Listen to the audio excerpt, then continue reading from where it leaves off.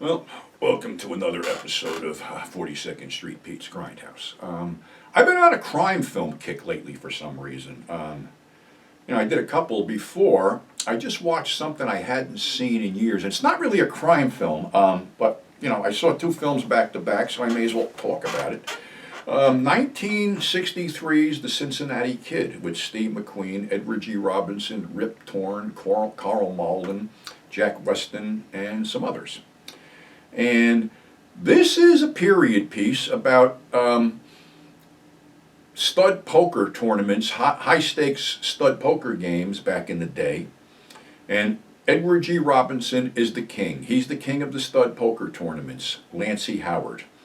And some guys talk about how Yancy, in their terms, gutted them at the games, basically cleaned them out, had a better hand, whatever. And Carl Malden is this guy called Shooter. He's a dealer, and he says, I played him once, and he gutted me. And Steve McQueen is the kid who wants to play him because he's the up-and-comer and nobody's been really able to beat him. Well, Howard gets into town and is in a game with Slade, played by Rip Torn. Slade is a sadistic little piece of shit, and he has a lot of people under his thumb. And of course, Howard beats him. And he isn't happy about this. But when he finds out that Howard has scheduled a game with the kid, he wants revenge. And he wants the kid to win. And he puts pressure on Shooter, who's into him for some vig, to make sure the kid wins. Well, the word gets out and there's going to be a tournament. There's Yellow, played by Cad Calloway. There's Pig, played by Jack Weston. There's some weird doctor who scribbles notes on pads to see if he can get a better hand. Shooter's actually going to play, Yancy and the kid. And, they're playing the game, and pretty soon Shooter has to drop out. They take a break, and then the kid is a little bit fucking perturbed because he thinks something's going on, and he confronts Shooter, and Shooter admits what's going on, and he says, no, I'm not going to win that way. I want to win on my own steam. You're not going to do this shit. Well, Shooter explains that basically he's into Slade and he has to do what Slade wants. And he goes, you're not going to deal this hand. They had brought in an alternate dealer, played by Joan Blondell, as Ladyfingers. So it gets down to basically it's the kid and Yancy. And, they're civil, to a certain point. And it's the last game, and the kid looks at Shooter and goes, you don't look good. You feel all right. You weren't feeling so good last night. And Yancy goes, Shooter, are you sick? You okay? We could. And no, well, basically that little ploy works because they replace Shooter with Ladyfingers. Now, the hands are dealt. The kid bets everything in front of him. He could have a full house, aces over kings. Yancy could have a royal flush, or a straight flush, or whatever the hell it is. But the whole card's down, nobody knows. So Yancy ups the bid $5,000. The kid don't have it. So Yancy tells him, your credit's good with me.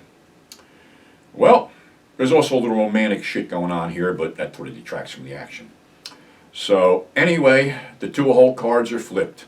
Yes, the kid does have the full house, but yes, Yancy does have the straight flush.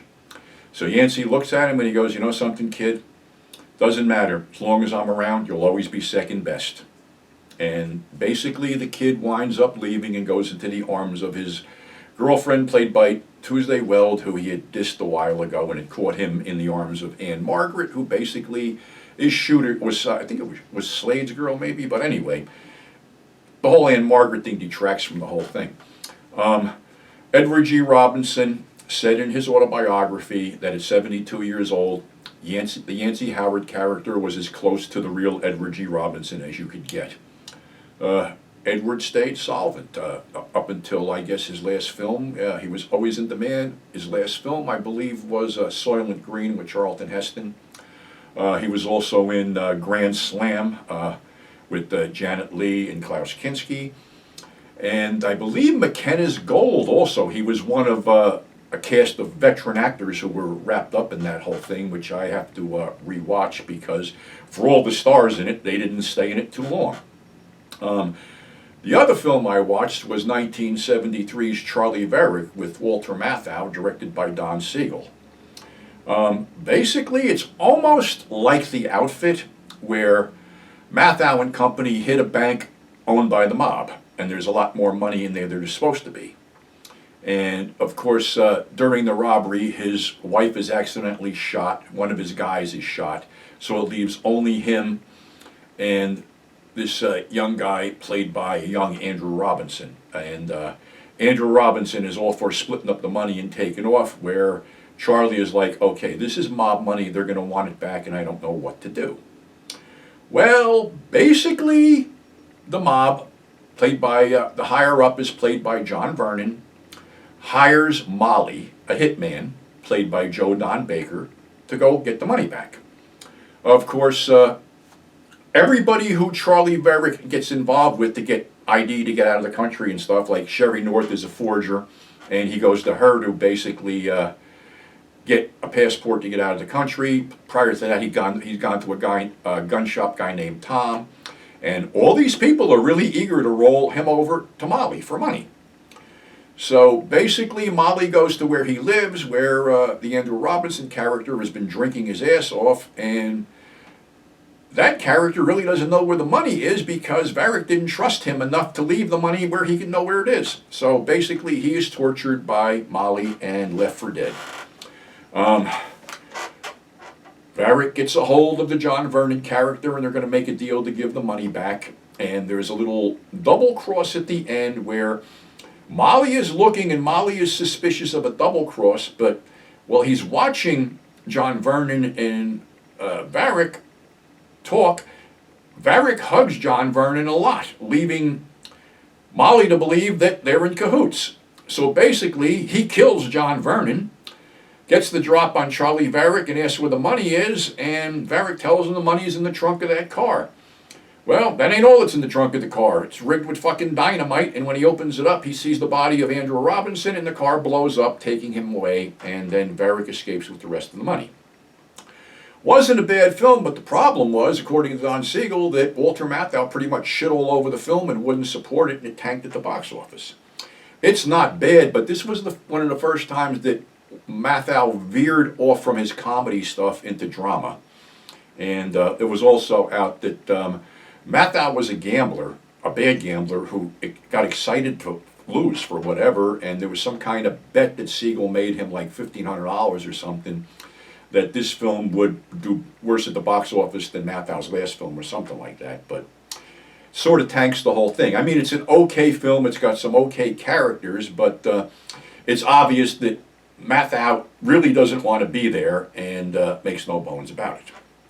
So those are two films worth checking out. I really recommend The Cincinnati Kid. You know, it may not be the action film that people would want today, but it's more of a character study, and it's more, okay, how's this going to end? Is the kid going to win, or is he not going to win?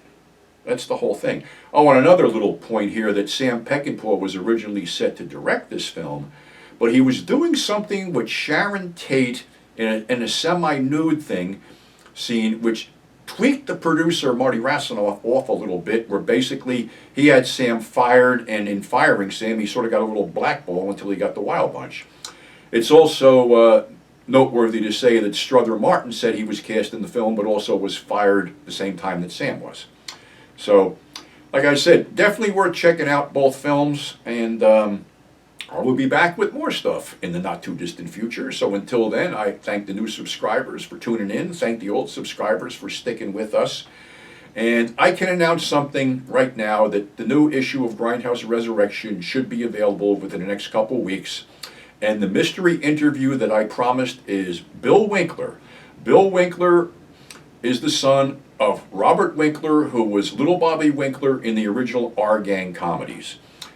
Bill's mother was Betty Sturm, who just passed away recently, and she had a small role in Timothy Carey's The World's Greatest Sinner. Bill also directed Double the Avenger with Kit Natividad. He's responsible for bringing Ultraman and Tekkaman to the shores. I've also showed a couple of other movies that he was in, but Bill has some great stories in this interview about Billy Barty, Jonathan Harris, Kitten, and a lot of other people. So this is going to be the crown jewel in the next issue, and as soon as I have it ready for sale, I will announce it right here. So until then, stay safe, my friends.